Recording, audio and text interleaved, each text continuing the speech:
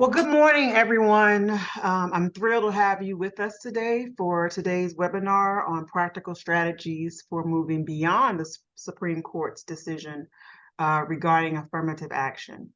My name is Dr. Kimberly Smith, and I serve as the president of the American Association of Blacks in Higher Education. So again, I'd like to thank you for being here with us today.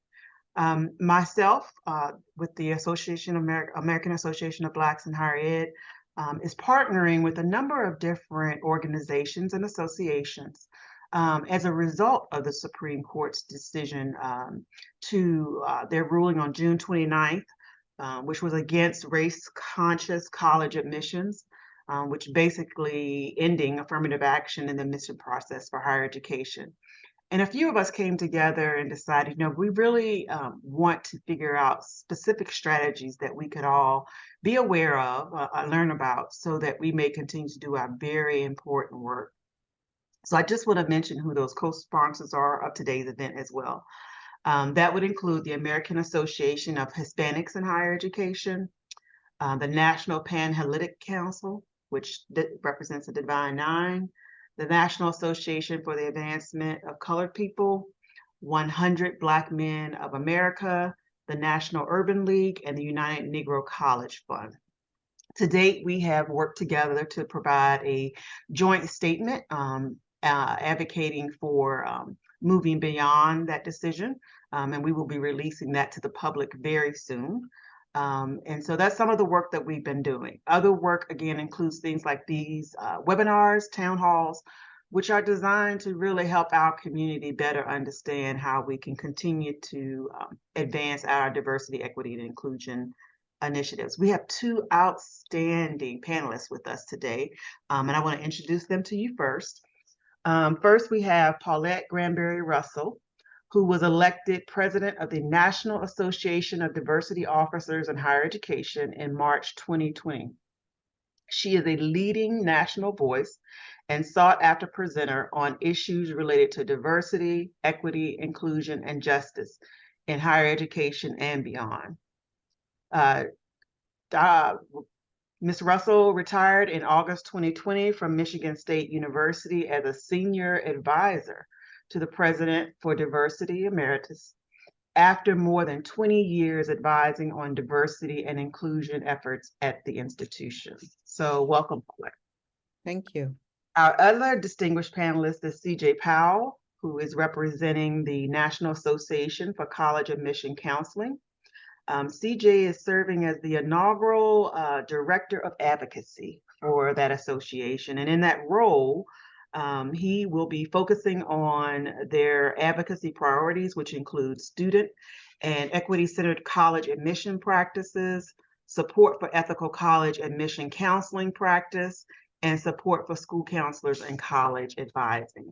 So as we decided, the coalition or the collective decided to host this town hall, I could think of no other associations who might have better insight into this than the two I've just represented. So today we're going to use a format where we're going to go through a few questions that have been prepared in an effort to discuss the topic, and then we will open it up for questions and answers. You can feel free to put any questions in that you have, but we will try to hold those until after we finish those questions. So I'm going to start out by saying first to Paulette, if you could please tell us, actually both of you in your order, if you could please tell us about your specific association or organization and its important work related to higher education, because I really want folks to understand what role you all are playing. Oh, well, thank you, Dr. Smith, and I just want to extend my appreciation on behalf of the National Association of Diversity Officers in Higher Education, otherwise known as NADAHE, our sincere appreciation for an opportunity to share some of our perspective and some of our experiences with respect to the Supreme Court decision, as well as some of the other challenges we're facing with respect to diversity, equity, and inclusion in higher education. And NADAHE, we are a membership organization. Perhaps there are some of the individuals participating today that are members. If they are, glad to see you, or at least know that you're out there. And those of you who may not be members, I would encourage you to think about us for membership. But it's specifically designed for diversity professionals, and many of whom are senior diversity officers within higher education. But we also have scholars, researchers, diversity practitioners in other spaces within higher education, 2-year, 4-year institutions, public, private, primarily in the US. But we do have institutional members and individual members outside the United States, including Europe and Africa.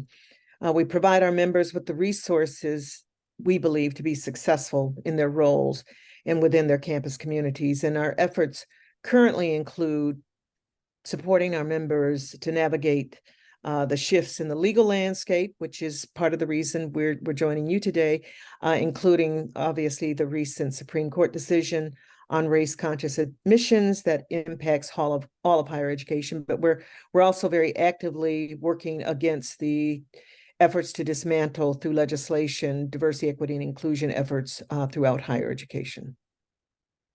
Excellent, excellent. CJ. Yes, thank you. And thank you again for the opportunity to be here, Dr. Smith. And I'm excited to be here and wanted to bring greetings from our president, who unfortunately couldn't make it, Dr. Angel Perez. And the National Association for College Admissions Counseling, otherwise known as NACAC, is an organization that represents more than 26,000 members on both sides of the admissions desk. So we represent high school counselors, community-based organizations, college advisors, and those folks, as well as the admissions counselors, all the way up to the VP of Enrollment Affairs on our higher education campuses. We represent their interests in maintaining equitable access to higher education, affordability in higher education, and we want to make sure that we are uplifting the role of our public school counselors and bringing down those counselor-student ratios across the country that have kind of grown out of control, because we know that lower ratios mean better attention on the student. And so this decision, we have been leading a number of educational series with our membership on the implications of this decision. So I'm really excited to chat with some folks who may be outside of the admissions space about what are some things that institutions can be doing writ large all across the campus to ensure equitable access to higher education.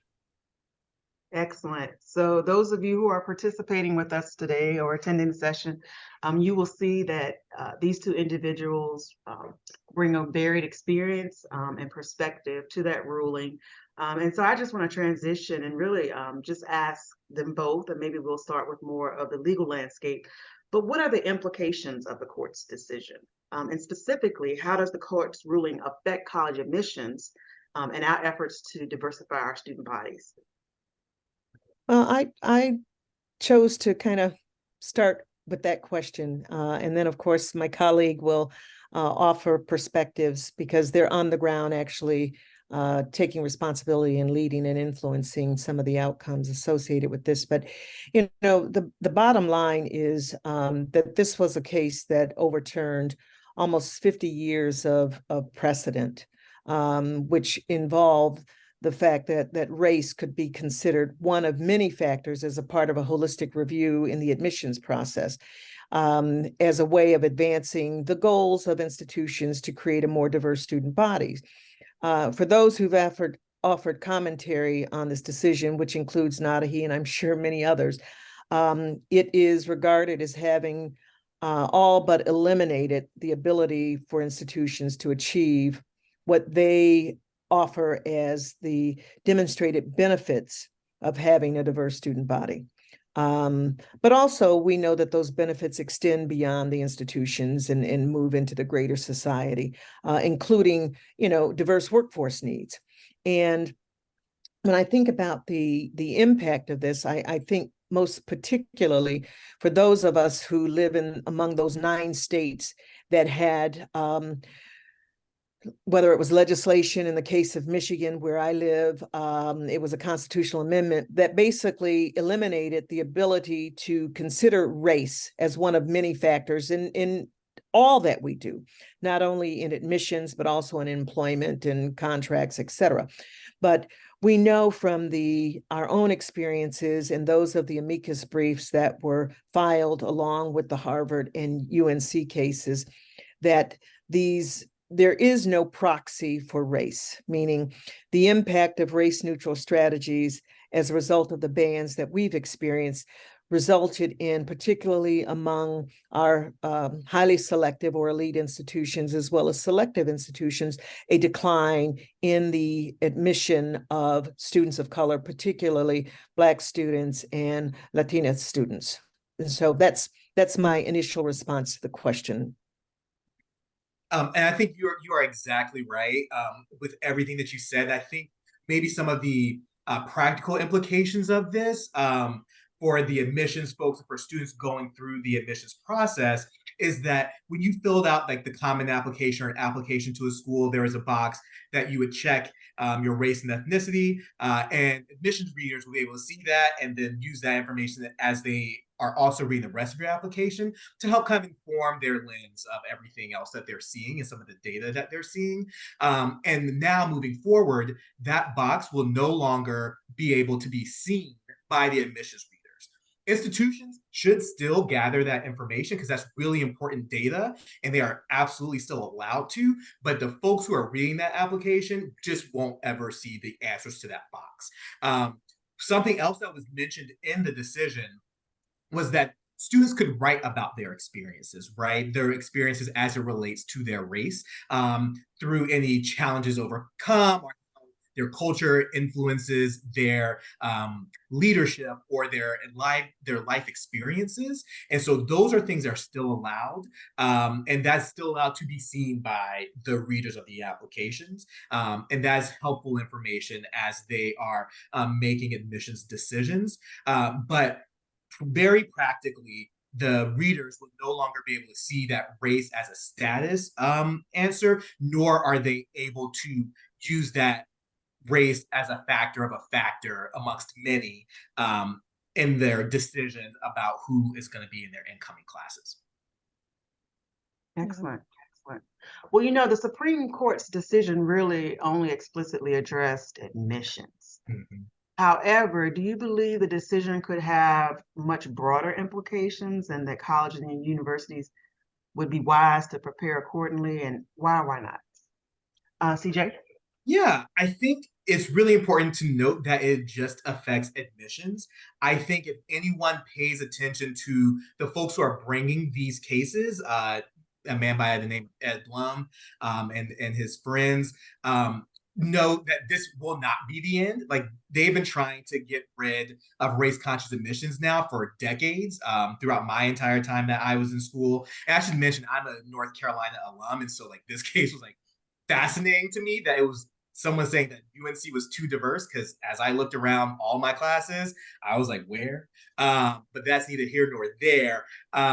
That this is not going to be the last stop. I think there was an interesting carve out in the decision, or in the opinion rather, for military academies. And Ed Blum has already signaled that he wants to bring that case to the Supreme Court as well to get rid of race conscious admissions there. And so I do think that it would be wise to prepare for more, but that does not mean that you have to limit opportunity, right? So as mentioned, it's only the admissions decision. It has no effect on recruitment and outreach. It has no current effect on financial aid or scholarships.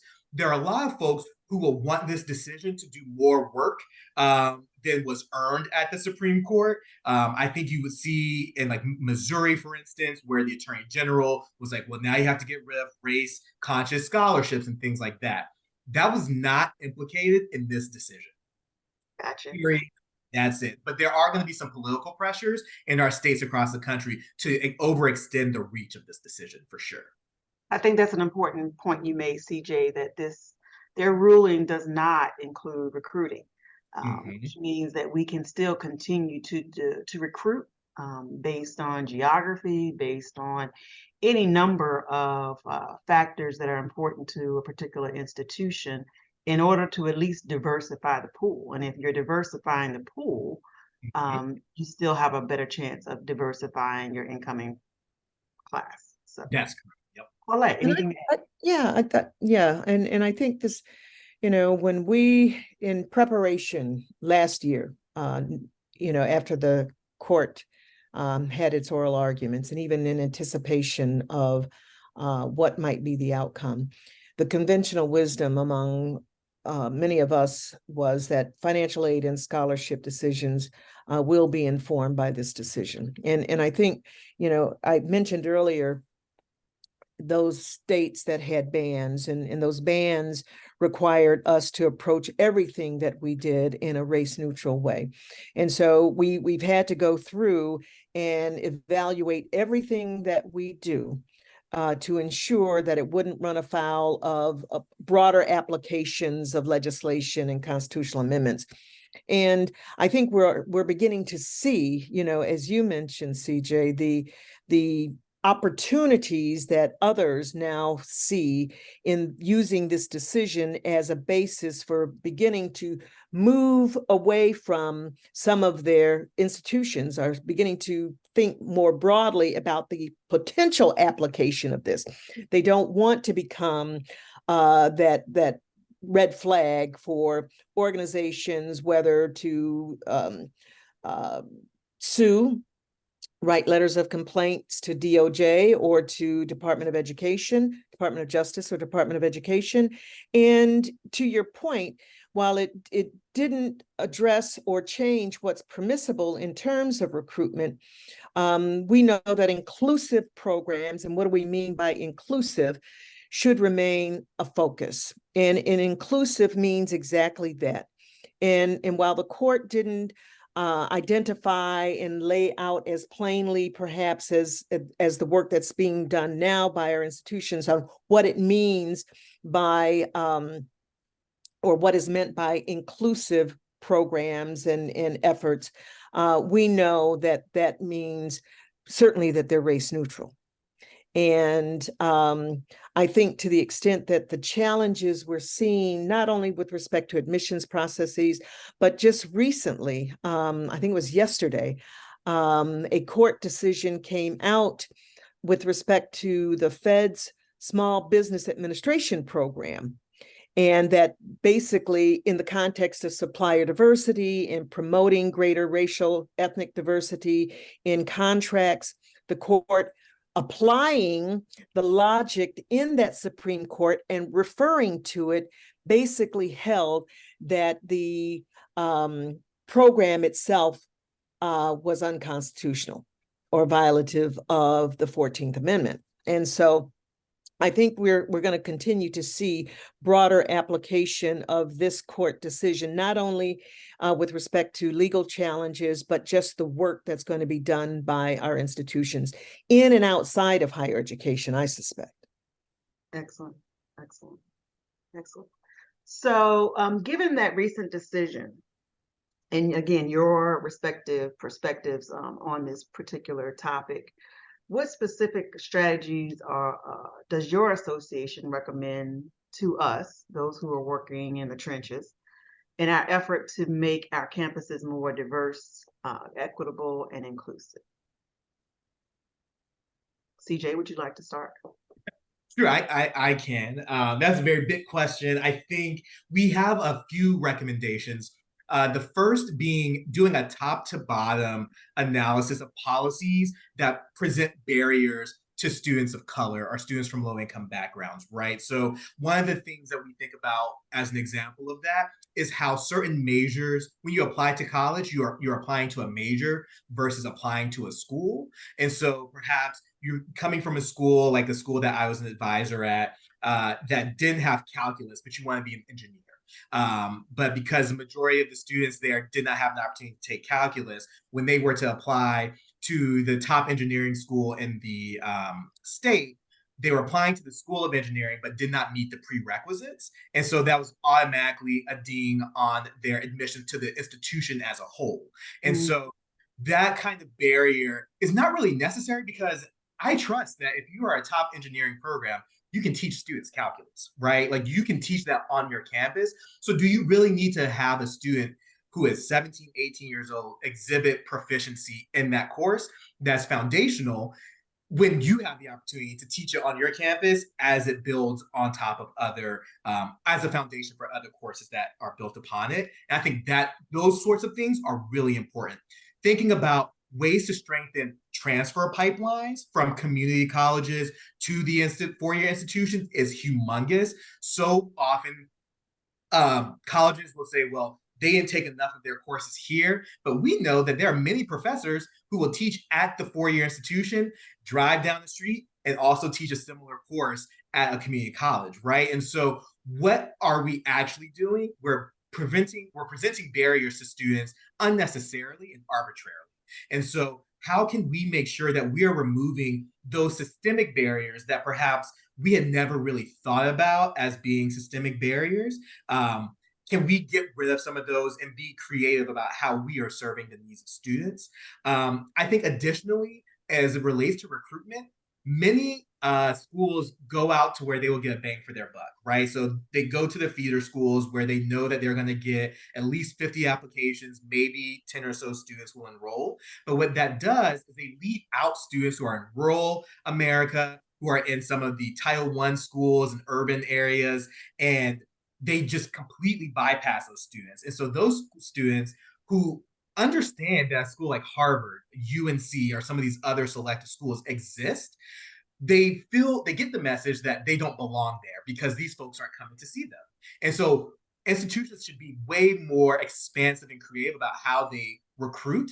They can use faculty, right? Like faculty who could go out, teach some lessons and say, this is what we're doing on our campus. Is this something that you're interested in? Use their alumni base and really broaden how they're connecting in these communities that we know will likely see a dip in this next application cycle in order to prevent that. So those are just a few of the examples of things that we've been telling folks to do post the SFFA decision.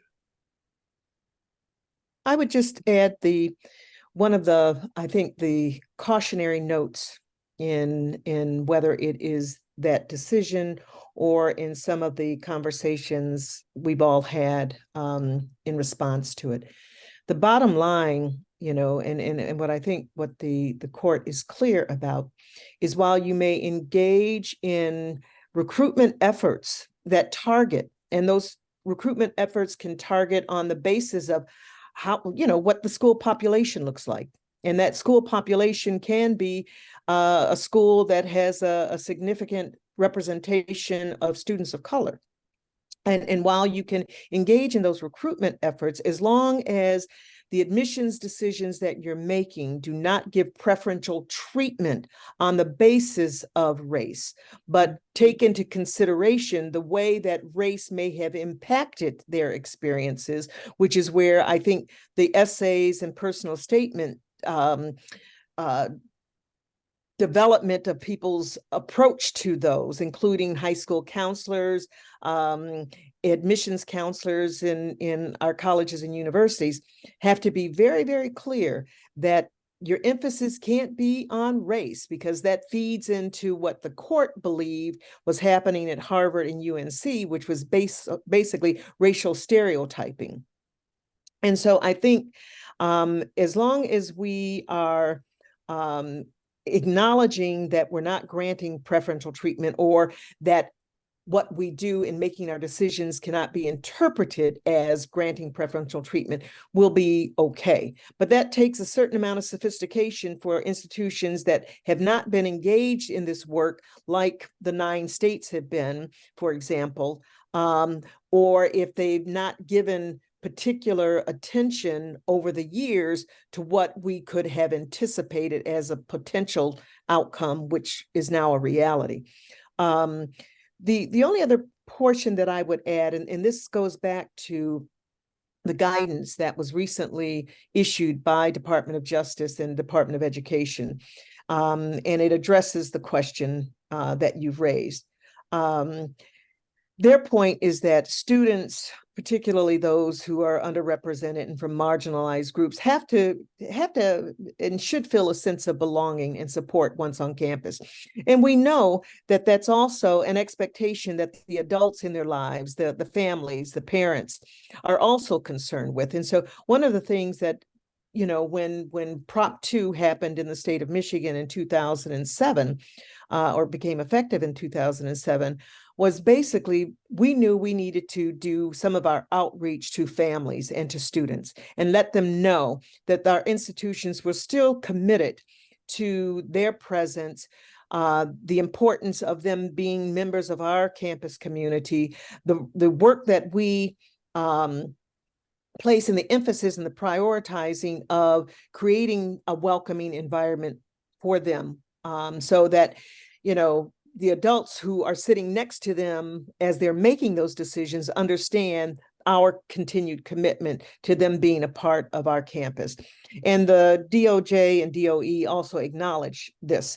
And they made it clear in that guidance that the offices, like the ones that are represented by our members, offices of diversity, our campus cultural centers, other campus resources, including those support services, are still available to them, but we have to be clear that they're available to all students as well.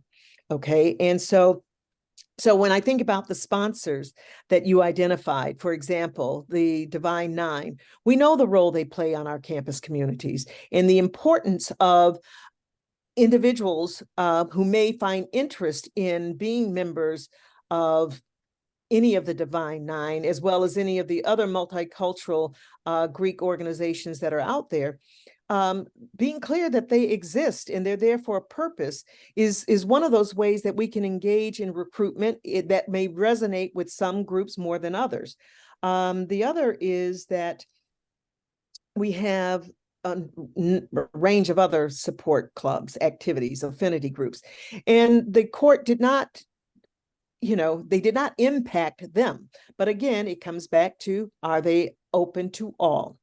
And to the extent that individuals choose to select out of participation in those organizations, those are decisions that individuals make. But we also know that we are finding more white students who are interested in participating in these groups. I mean, not in large numbers, but increasingly there's interest in knowing they're extending themselves to learn more about being able to engage across cultures and things of that nature. So again, I just wanted to make that point as well. Thank you, Ms. Russell. You also mentioned something regarding the suggestions from the Biden administration. So I wanted to kind of go back to that a little bit and ask you both, how does the guidance that's been provided by the Biden administration, specifically through the Department of Education, how does it inform our work moving forward? What kind of analysis have you all made based on those recommendations or that guidance? CJ, please. Yes, I think that this is really helpful guidance when to use as a tool, right? I see this guidance as a tool to take into conversations with folks who are making these policy decisions to make sure that they see that this is what this administration is seeing and looking at as helpful tools to maintain diverse admission schools and diverse classes. Because I think the nature of higher education, and it makes sense, is to overcorrect, right? And to like make sure they get rid, to throw out the baby with the bathwater, so to speak. But I think if you see that there are some recruitment programs that you once had that all of a sudden are going out of the way, are not happening this year, you can go to the folks who are making these decisions and say, well, the administration said like this is fine by their analysis of the Supreme Court case. I think that it offers a really great foundation for people to maintain a strong stance on as it relates to ensuring diverse classes are still able to be maintained at their institutions. I think if this were another administration, like this guys could look very differently. And I think that it's important to note that they said that this is not like legal guidance. And so this is a conversation, right? This is a dialogue that we have with our institutions and on our campuses. But this is a really great foundation to stand on as you go into these conversations about maybe new ideas that you have in light of the SCOTUS decision, or things that you want to make sure stay on your campus because you know that they've been really successful in bringing in groups of diverse students. And so I think that this guidance is a really great place to start as you think about what is next. Yeah. The only other thing that I would add to that, and you know, they put all the provisos out there, you know, all the cautions. Make sure you understand that this is not intended to have the force and effect of law, which is, you know, it gives them their out, that this is, you know, intended to be guidance. But it also, you know, to the point that CJ made, it points you in the areas of support by the Biden administration. And I think that's important. And my hope will be that as this work continues to evolve, they will be inclined to amplify a bit more in some of the guidance that they provide. But I think the one thing that they've suggested or are advised to do, and they state that they can, and I would advocate should, continue to use strategies that remove barriers and expand opportunities. And when we talk about remove barriers, that means that institutions need to more carefully interrogate their practices to determine what are the outcomes associated with those practices.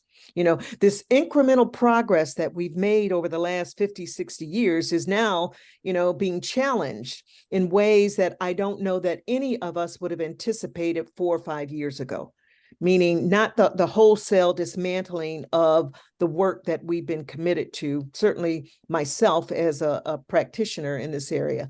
You know, so I think to the extent that institutions are beginning to examine their practices, their policies, their procedures to assess outcomes related to those and begin to make adjustments to those, not in a way that is subject to being defined as preferential, but just let's take a look at the admissions practices and scrutinize more carefully what is leading to success, what's not leading to success.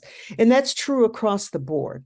And I think to the extent that there's the sense that this decision has broader implications and we should plan in accordance with that, then we're all about structural change.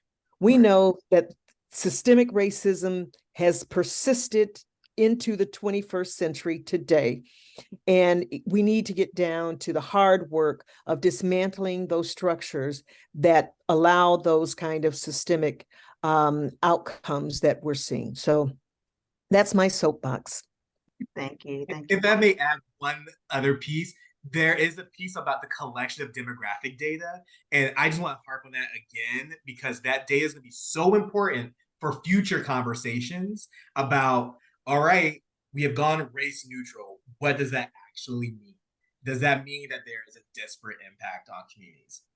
You know, I think that that data could yield that answer. And so it's going to be so crucial that we continue to collect that data and that ed continues to collect that data and look at how they can collect that data, because this is going to be something that we are going to be fighting now for the next several decades. Just like that was a several decade long strategy on the other side, it's now for us to start embarking on this decade long strategy coordination to make sure that we can move past this and return to an actually equitable admissions landscape.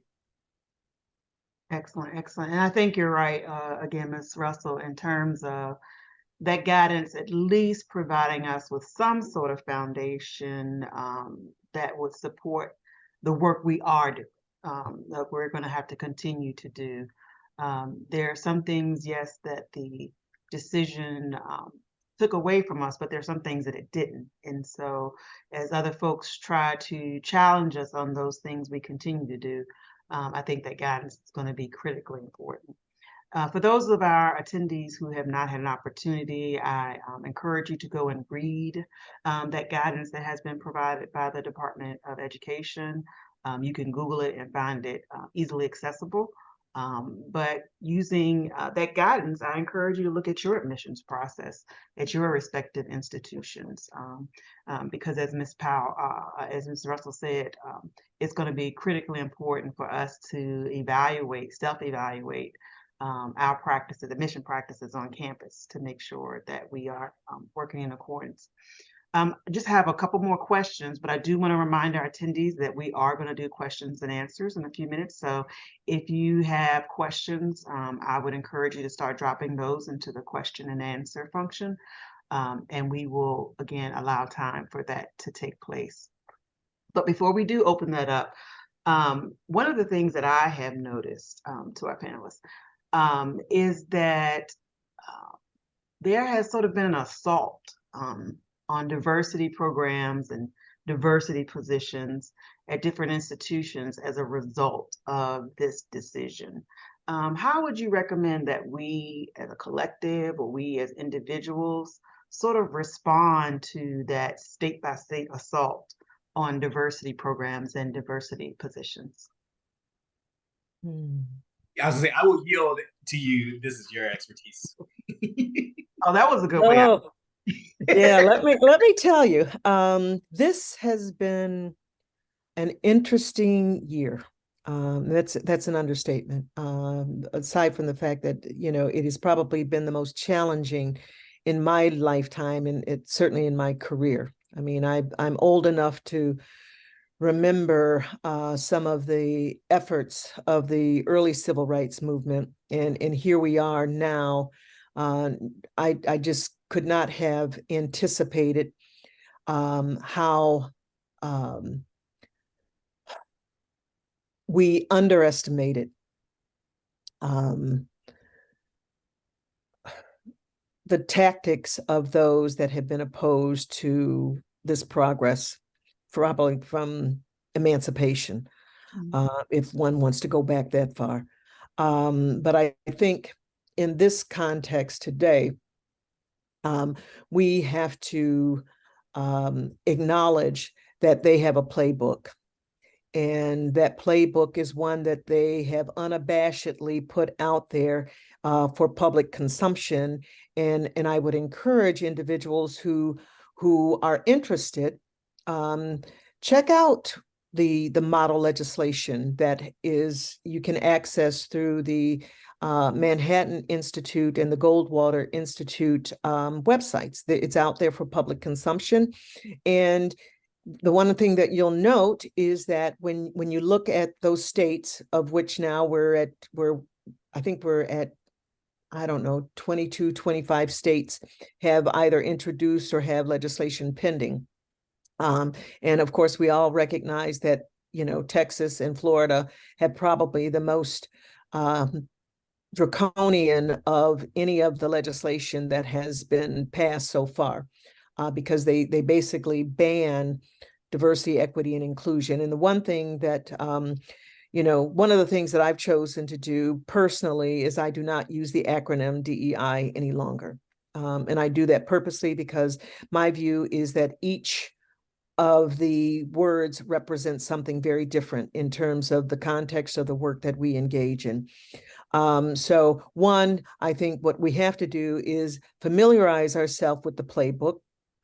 Two, we have to understand that unfortunately, most people inside as well as outside higher education do not understand the breadth, the depth, and the scope of the work that's being conducted within our institutions, but also be clear that those who have chosen to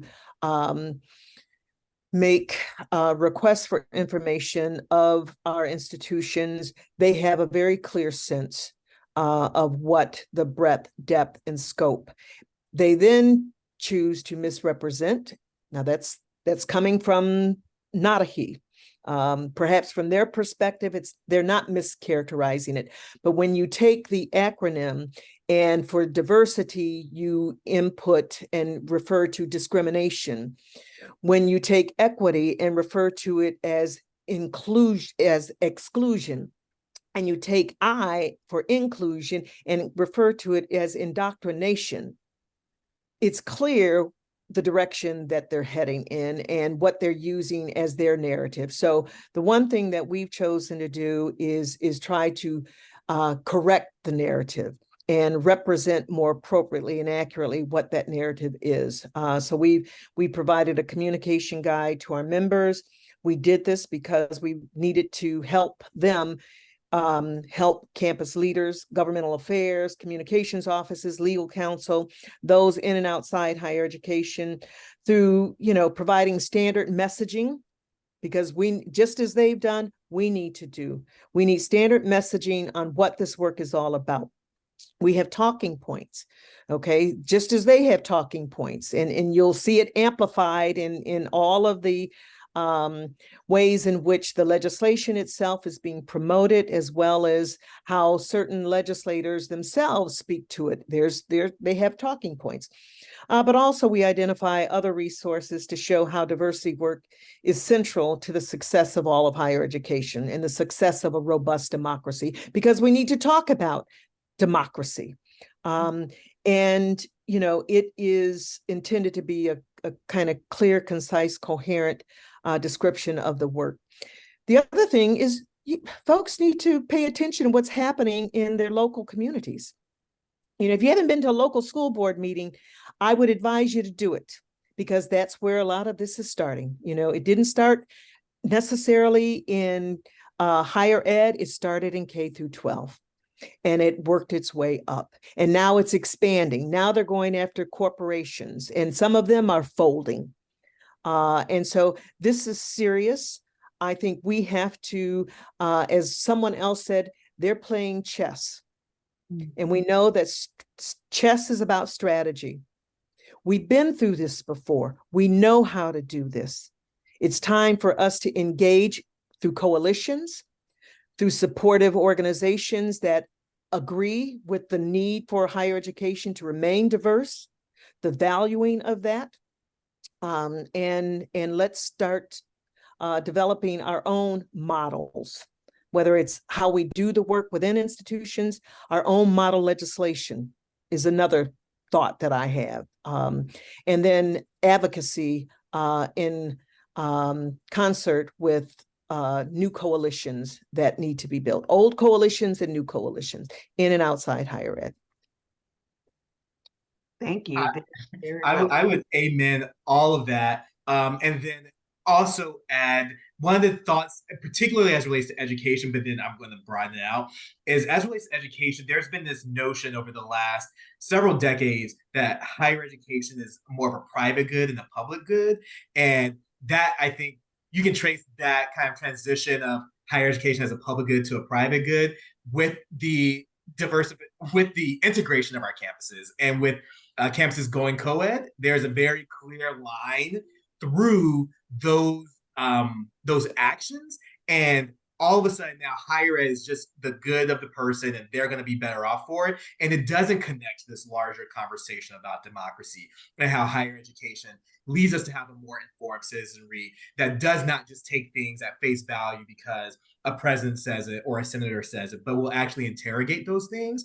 And as we're seeing, that's what the other side, frankly, wants, right? They don't want these things to be interrogated, because if you do interrogate them, then whenever someone is indicted for violating federal laws, they're going to be seen as a martyr versus being seen as a person who may have broken the law. And like that is someone who might not be fit for some roles that they are running for. But that is not the ideal of the folks who are trying to attack these diversity, equity, and inclusion offices and ideas, because they don't want more thinking done on this. Their fear is that the more thinking that's done on these topics and the more work that's done on these topics, you get more 1619 projects. And like, that's a bad thing, because now all of a sudden we are surfacing history that has been long buried, and like that to them is unacceptable. And so I think it's really important for us to continue to like make good trouble in whatever ways that we can, and to really be those folks who are not just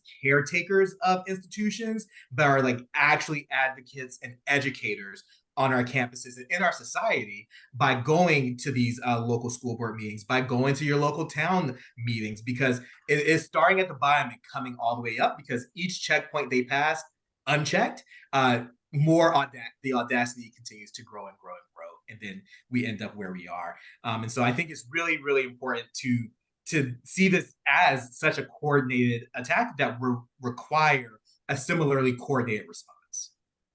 Excellent. One last item, and support colleagues who are being impacted. Things I've heard from members who felt who have feelings of isolation, feeling ostracized, depressed, looking at careers that they've cultivated for years, now being asked to move out of those careers. There's a lot of, I think, below the radar conversations that are being had, but there's a lot of silencing as a result of that. We have, leaders have a responsibility to speak out, but they're not, for reasons I understand, but disagree with. Yes, the risks are high, but the outcomes from the failure to speak out is greater. And so I think, to the extent that we can support each other, as those of us who believe in this work and support it and advocate for it, we have a responsibility to support each other as well. Excellent. Thank you both for that response. And we're going to now transition over to question and answer, but we're going to do so first. You both mentioned something in your last response about the importance of having a coordinated response. There's power in a collective, there's power in a coalition.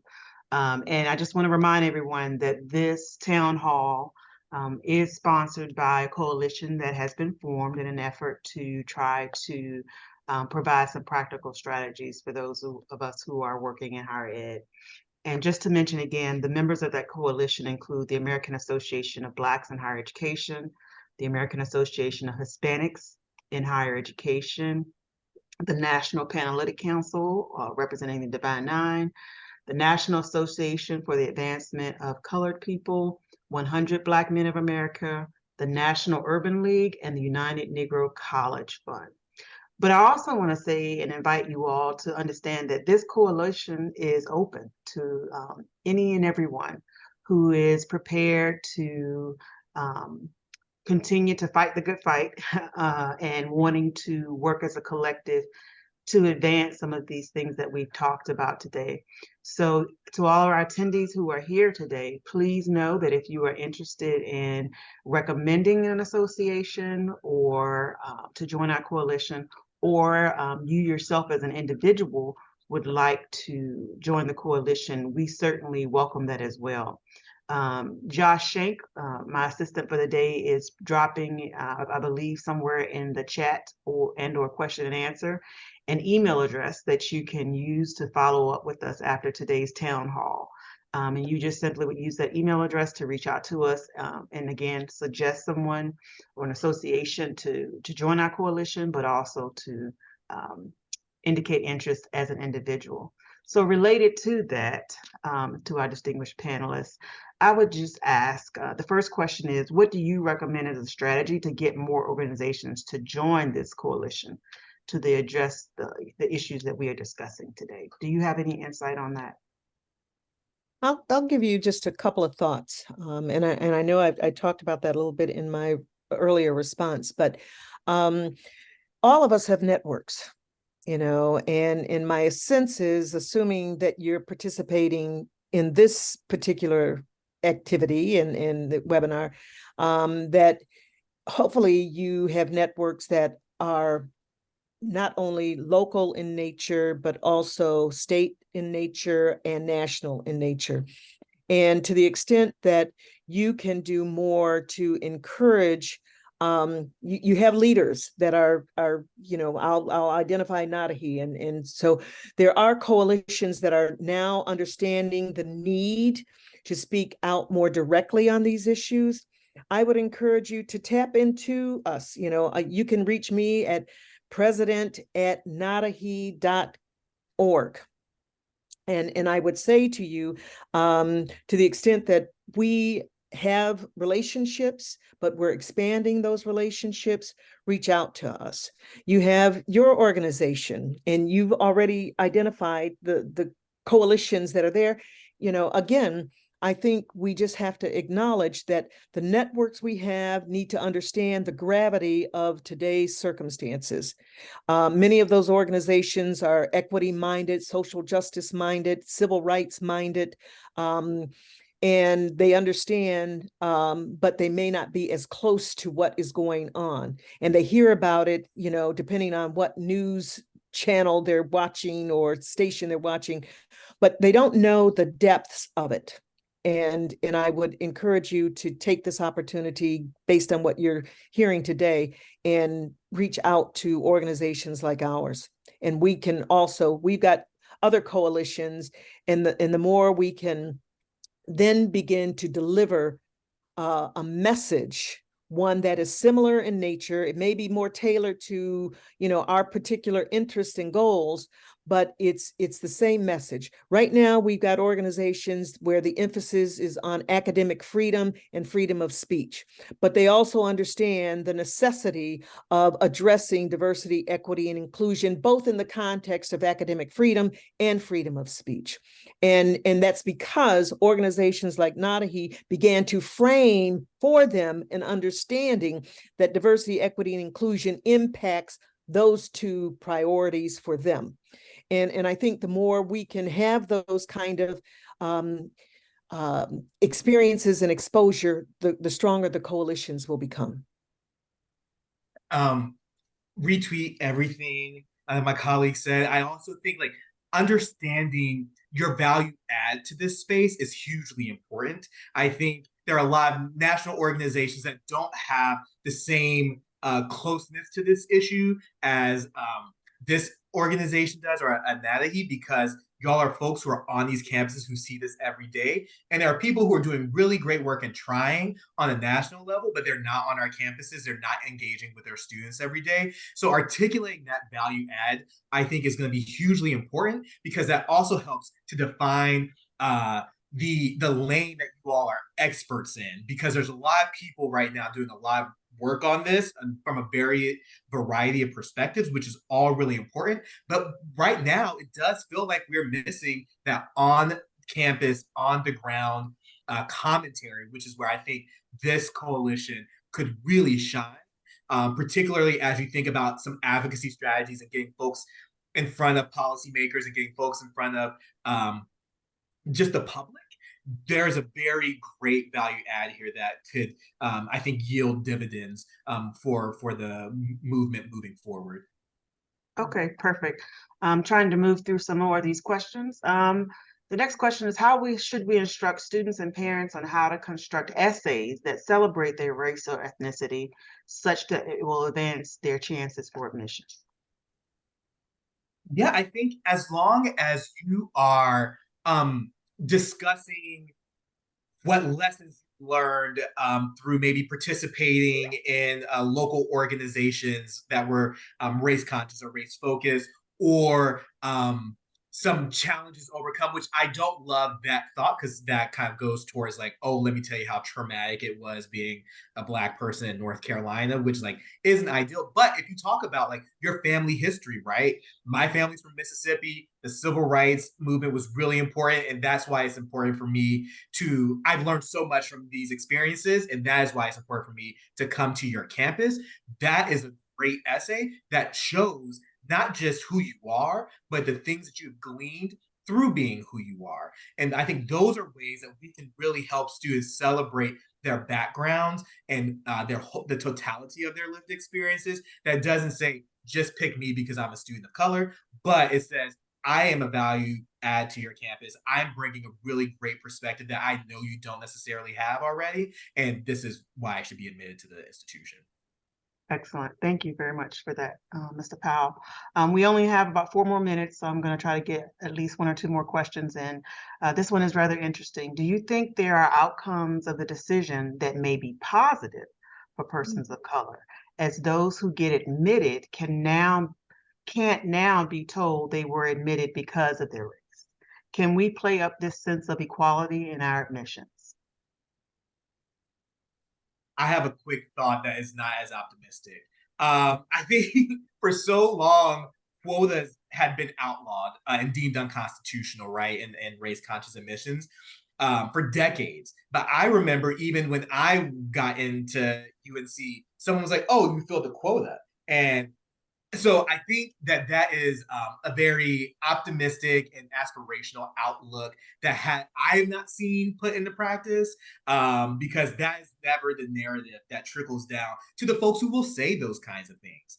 I think we will see. I think one of the benefits of this is that it has allowed us to tell institutions, all right, now you have had the Band-Aid taken away. That is preventing the humongous, like cannonball sized wound that is an equitable campus, that is an accessible campus.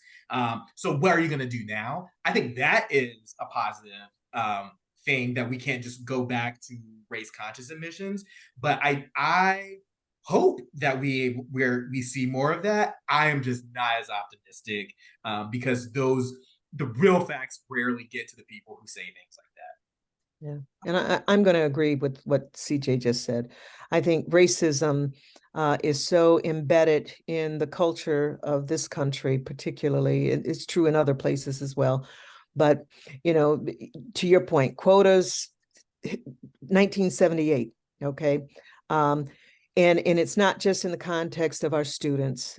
The way that racism is so deeply embedded in the culture, it's not just students who are stereotyped, it's employees who are stereotyped. It is businesses and corporations who want access to business with our institutions where those stereotypes still exist and racism still persists. So I don't know. I mean, I think there are ways of playing up, you know, inclusiveness and do what we can to debunk and address the stereotypes and the myths. But let's be clear, the other efforts that are in play, which include what curriculum is taught, you know, how it's being taught, you know, the fact that we're seeing this display itself in K through 12. I'm just as pessimistic as CJ, and I wish it were different, but it's not right now. Thank you. Okay, last question, and this one, Mr. Powell, you are luckily identified in this one. It says, first, thank you for today's webinar. Very interesting topic. My question is to Mr. Powell. Mr. Powell, you mentioned that during the application process, students can self-identify their ethnicity by checking a box. You then stated those reviewing the applications will not see that box, although universities can still gather the information. My question, if universities can still gather that data, let's say for DE&I purposes, is it possible for those reviewing applications to access that data as well? That's a really great question. So institutions will need to develop firewalls to prevent those who are making admissions decisions from seeing that data while the application cycle is still open. After the decisions are made and they want to release that data, like publicly saying, here's what our class looks like, that is perfectly fine. But the folks who are making application our admissions decisions should not have access. And that is a problem if they have access to that data, because then that opens them up a little bit for some exposure, saying, oh, now they're trying to shape a class. Now they're trying to racially balance. And that is not what institutions need. And that would not be a good thing. So those institutions will develop different firewalls to prevent readers from having access to that same data. Okay. Thank you so much. And with that, I think that's going to have to be our last question for today. However, those of you whose question we did not get to and any of our other attendees, I ask that you check back at our AABHE website in the next coming days. We are hoping to host another town hall very soon, within the next couple of weeks, that will give you an opportunity to, again, discuss those questions that you have posed. Again, we do invite all of you to please consider joining us in the coalition. An email address has been provided, aabheJDS@gmail.com. I'm sorry, .jds@gmail.com. So if you would like to participate with us, please, we need as many voices as we possibly can. A special thank you to Ms. Granberry Russell, for being here with us today, and also to CJ as well. I know that your schedules are very busy, but I appreciate you taking this time to be with us. It looks like Mr. Powell has also dropped his email address into the chat feature so that if you have any specific questions, you can follow up with him as well. But we want to keep this conversation going. We don't want this to stifle us. We don't want to have yet more barriers put up to the very important work we're doing. So please join us in the future as we continue to discuss this very, very important topic. Thank you all very much. Have a great day. Thank you.